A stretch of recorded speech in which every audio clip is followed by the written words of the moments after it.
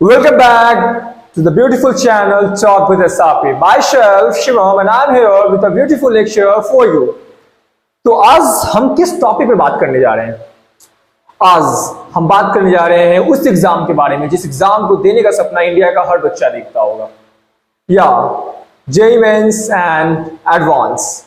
Basically आपने इसके बारे में बहुत सी डिटेल पहले ही उपलब्ध कर ली होगी कि जेईई मेंस क्या होता है, जेईई एडवांस क्या होता है। But today I am going to tell you वो कौन सी क्वालिटीज है जो एक ऑर्डिनरी बच्चा को एक आईआईटीएन बना देता है। वो कौन सी ऐसी बेसिक नीड्स है, वो कौन सी ऐसी बेसिक कैरेक्टरिस्टिक्स है जो एक बेसिक एक जनरल बच्चे को, बेसिकली कोई बच्चा जनरल नहीं होता है, कोई बच्चा कॉमन नहीं होता, एक हर बच्चा एक्स्ट्राऑर्डिनरी है, कोई बच्चा ऑर्डिनरी नहीं होता है। बट कुछ क्वालिटीज ऐसी होती है जो वो ऑर्डिनरी बच्चा अगर अपने अंदर इनबिल्ड कर ले तो वो ऑर्डिनरी से एक्स्ट्राऑर्डिनरी बन जाता है। तो आज हम बात करने जा रहे हैं इसी दो चार टॉपिक्स के बारे में। फर्स्ट ऑफ ऑल आपको मेरा इंट्रोडक्शन पता है, and I am your guide mentor of physics during your examination, not only for JEE mains and advanced। Life में आप अगर फिजिक्स से प्यार करते हो, if you love physics, then I love all of them। मैं उन सभी से प्यार करता हूं, मैं उन सभी के लिए मतलब जैसे आप फिजिक्स के लिए दीवाने हो, मैं भी फिजिक्स के लिए बहुत दीवाना हूं। तो मुझे वो लोग बहुत अच्छे लगते हैं जो फिजिक्स के प्रति एक अलग ही विचारधारा रखते हैं। बेसिकली अभी क्या है कि लोग इंजीनियर जो टर्म है इसे सुनकर सोचते हैं कि ये बेरोजगार होगा। सोसाइटी में एक ऐसा इंपैक्ट, एक ऐसा ट्रेंड चल चुका है भी है। बहुत से लोग सोचते हैं कि इंजीनियर दैट मीन्स बेरोजगार, बट ऐसा नहीं होता है। I am not talking about that type of engineer जो बेरोजगार है या जो भी है। Engineer that means innovation. Engineer का मतलब बेरोजगार नहीं होता है, कभी नहीं। इंजीनियर का मतलब होता है इनोवेशन। एक ऐसा इंसान जो एक मतलब एक ऑर्डिनरी चीज को एक्स्ट्रा ऑर्डिनरी बना दे। फ्रॉम देयर अपने वो इनोवेशन से इतना कुछ कर सकता है। तो इंजीनियर एक बहुत ही कॉम्प्लेक्स चीज है। इंजीनियरिंग और इंजीनियर बेसिकली इंजीनियर एक बहुत ही कॉम्प्लेक्स चीज है। और आप जिस एग्जाम की प्रिपरेशन कर रहे हो, तो जस्ट इमेजिन कि आपको वो कॉम्प्लेक्सिटी करनी पड़ेगी हैंडल, क्योंकि आप जो बनने जा रहे हो वो 4 साल के लिए आप जो बनोगे वहां से वो एक अलग ही लेवल का होगा। जो इंसान आज आप हो और जो कॉलेज से निकलने के बाद होगे वो एक डिफरेंट होगा, बहुत ही ज्यादा डिफरेंट होगा। तो पहले तो ये माइंड से निकाल दो कि सर इंजीनियर का मतलब होता है बेरोजगार। ऐसा कुछ नहीं होता है। Engineer means innovation. इंडिया को आज जितनी इंजीनियर की आवश्यकता है बच्चा, उतना ही एक रिसर्चर की आवश्यकता है। तो मेरा मेन फोकस क्या होगा? मेरा मेन फोकस ये नहीं है कि बस आप जेईई मेंस निकालो, जेईई एडवांस निकालो, इंजीनियर बन जाओ, ऐसा नहीं। अपने जो क्वालिटीज को डेवलप करना है ताकि लाइफ के आप किसी भी फील्ड में हो, कहीं भी हो, यू आर द बेस्ट। आपको कभी कभी प्लान बी के बारे में सोचना ही ना पड़े। आप लाइफ में अपने अंदर इतना क्वालिटीज, उस क्वालिटी तक आप पहुंच जाओ कि लाइफ में आप जो चाहो वो आप पा सको। तो विद टाइम के साथ चलते हैं हम लोग। Today what actually I'm going to tell you about that, talk on physics for JEE mains and advanced। Basically मैं आज बात करने जा रहा हूं फिजिक्स में, कुछ बातें फिजिक्स में होगी related to JEE mains and advance. What questions. Basically आप एक बात ध्यान रखो, जब भी किसी भी एग्जाम को आप देने से पहले उस एग्जाम के बारे में समझो।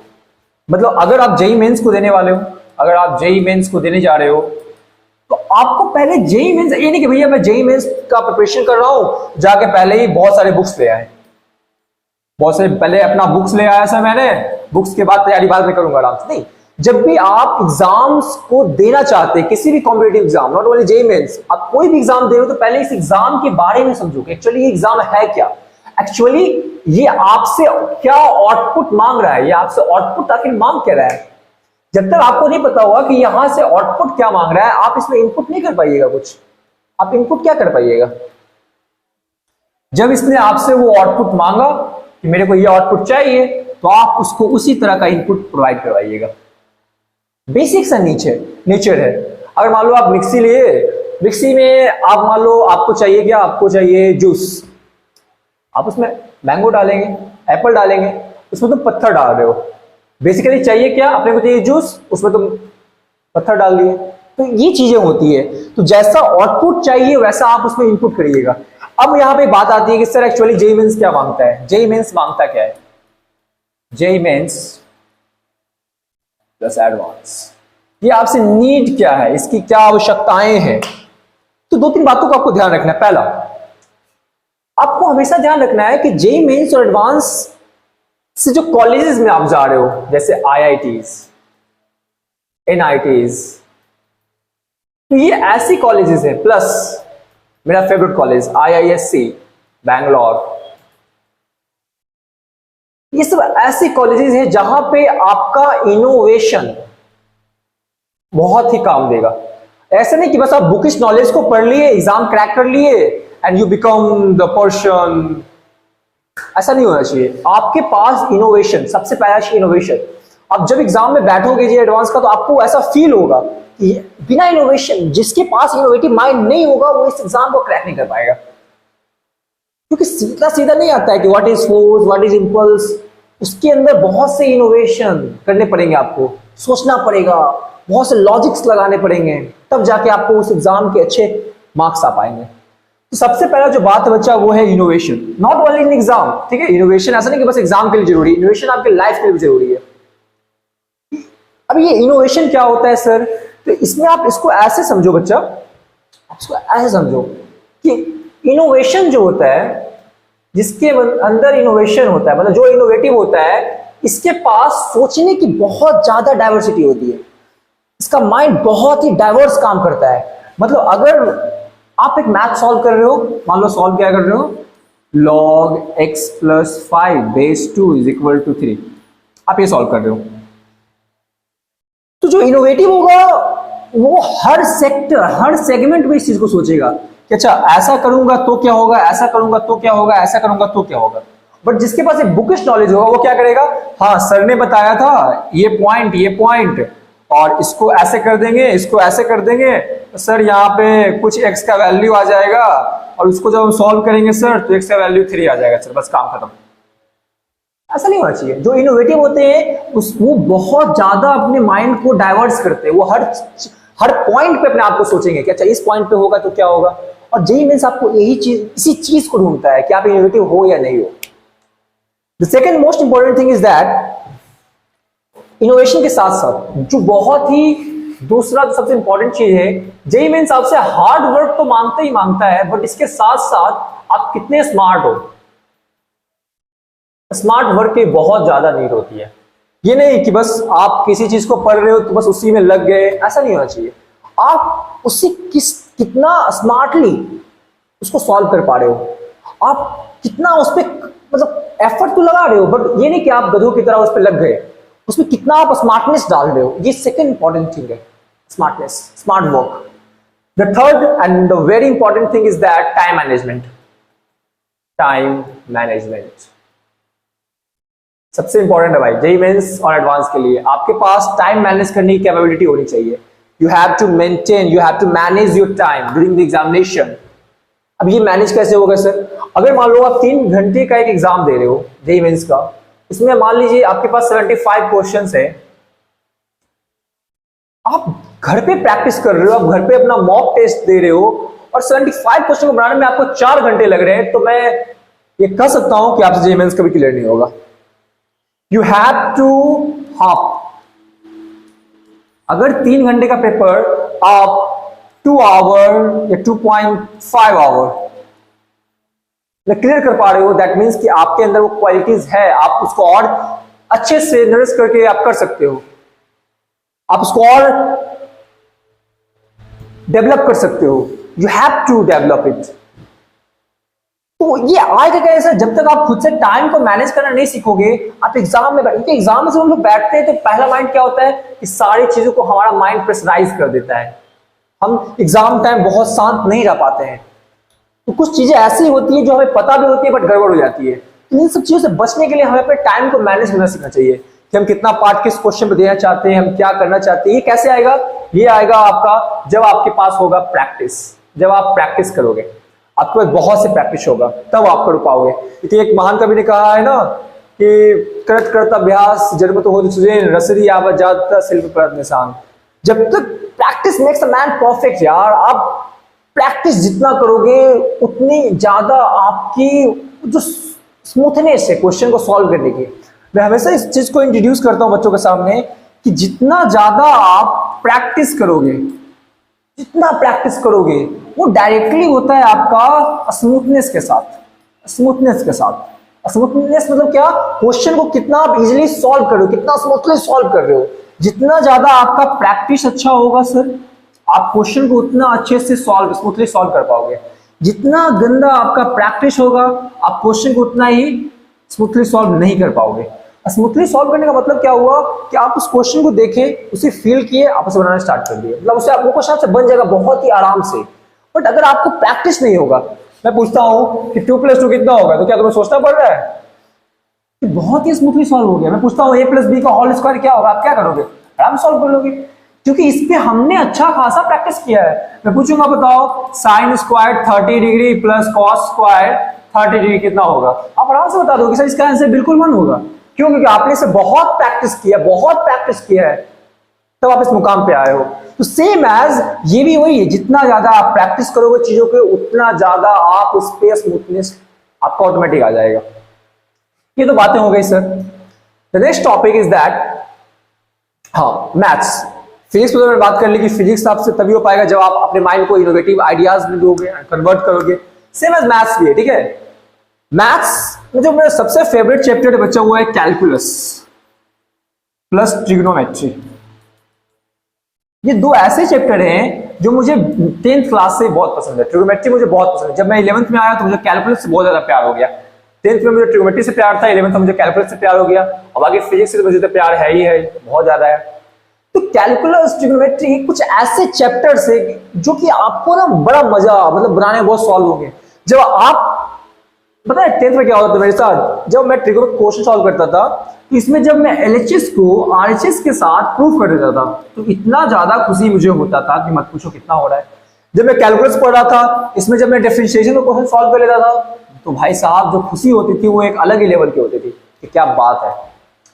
तो ये सब हमें हमेशा बोलता हूँ कि मैथ्स और फिजिक्स कुछ ऐसे सब्जेक्ट्स हैं जो कि सब्जेक्ट्स नहीं है।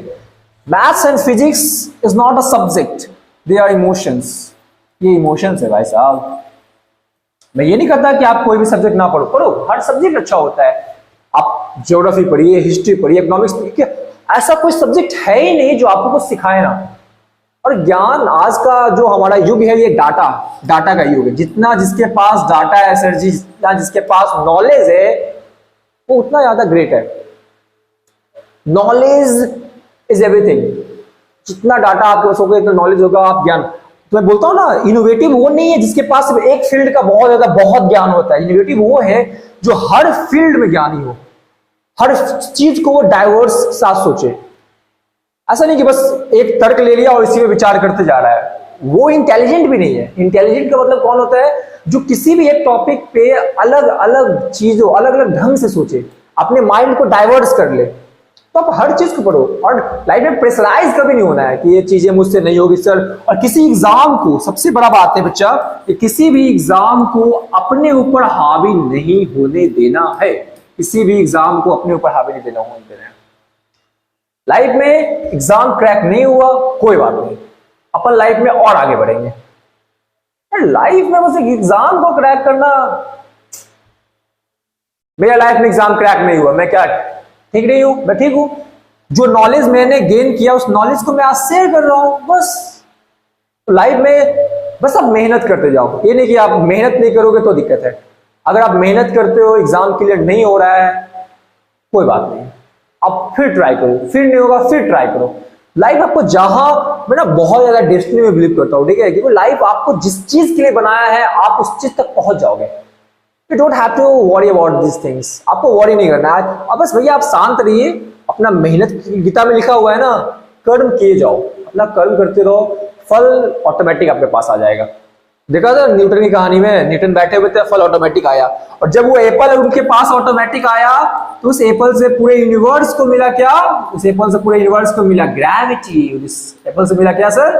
ग्रेविटी। तो फल ऑटोमेटिक आपके पास आएगा। You don't have to worry about these things. एक बात और ध्यान रखिएगा, at first what you need to clear JEE. आपको जेईई मेंस क्लियर करने के लिए सबसे जो इंपॉर्टेंट चीज है वो है प्रैक्टिस। इस बात का ध्यान रखिएगा। आप चीजों को जितना ज्यादा प्रैक्टिस करिएगा, जितना इनोवेटिव वे में सोचिएगा, practice plus innovation plus smart work. practice, innovation, smart work. Even not only for JEE, plus for your life. आपके लाइफ के लिए भी ये बातें हैं. हर चीज को लाइफ मतलब कि लाइफ के जो भी प्रॉब्लम्स होंगे, नॉट ओनली लाइफ में जो भी आप प्रॉब्लम फेस कर रहे हो, उस चीजों को गहराई से सोचो, प्रैक्टिस करो, उस पर इनोवेशन मतलब डाइवर्स, अपने माइंड को डाइवर्ट करना है और उसमें स्मार्टली अपना वर्क करना है, हार्ड वर्क करना है. बट उसको बेसिकली एक डिफरेंस होता है स्मार्ट वर्क और हार्ड वर्क में.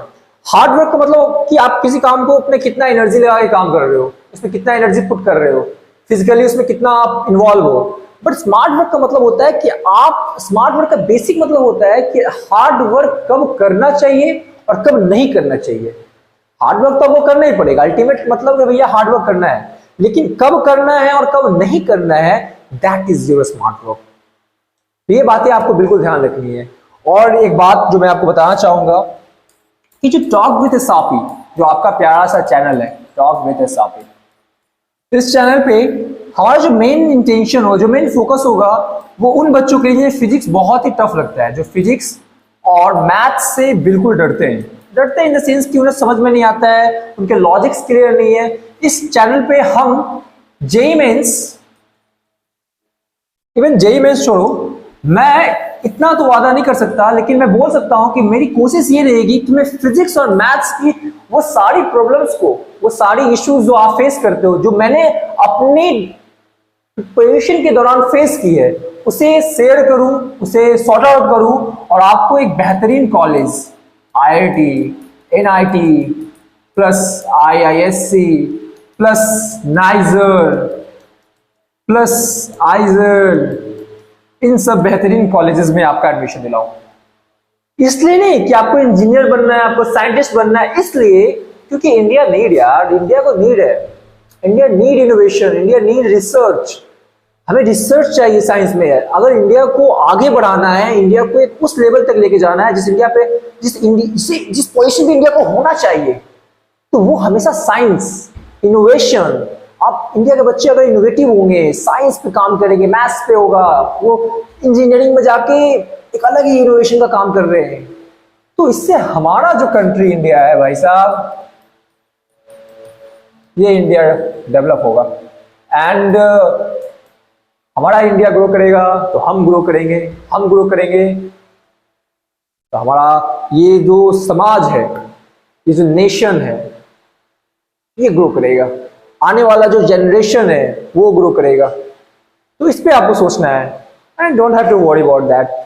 आज की क्लास इतना ही, इसके बाद हम कल मिलेंगे. और बेसिकली जो अगला क्लास आपका होने वाला है, इस क्लास में हमारा जो मेन फोकस होगा, क्योंकि एक बात और मैं बता देता हूं आपको, जैसे कि मैंने 2 पार्ट में अपने चैनल के बारे में बताया है आपको. पहला जो पार्ट होगा वो होगा हमारा फिजिक्स का पार्ट, and second important topic is that our chemistry. तो फिजिक्स में हमारा जो सीरीज हुआ था यूनिट डायमेंशन का चला था. अब जो टॉपिक मैं आपको पढ़ाने जा रहा हूं वो है वेक्टर के बारे में, वेक्टर. और maths, chemistry, sorry for that, not chemistry, I am talking about maths.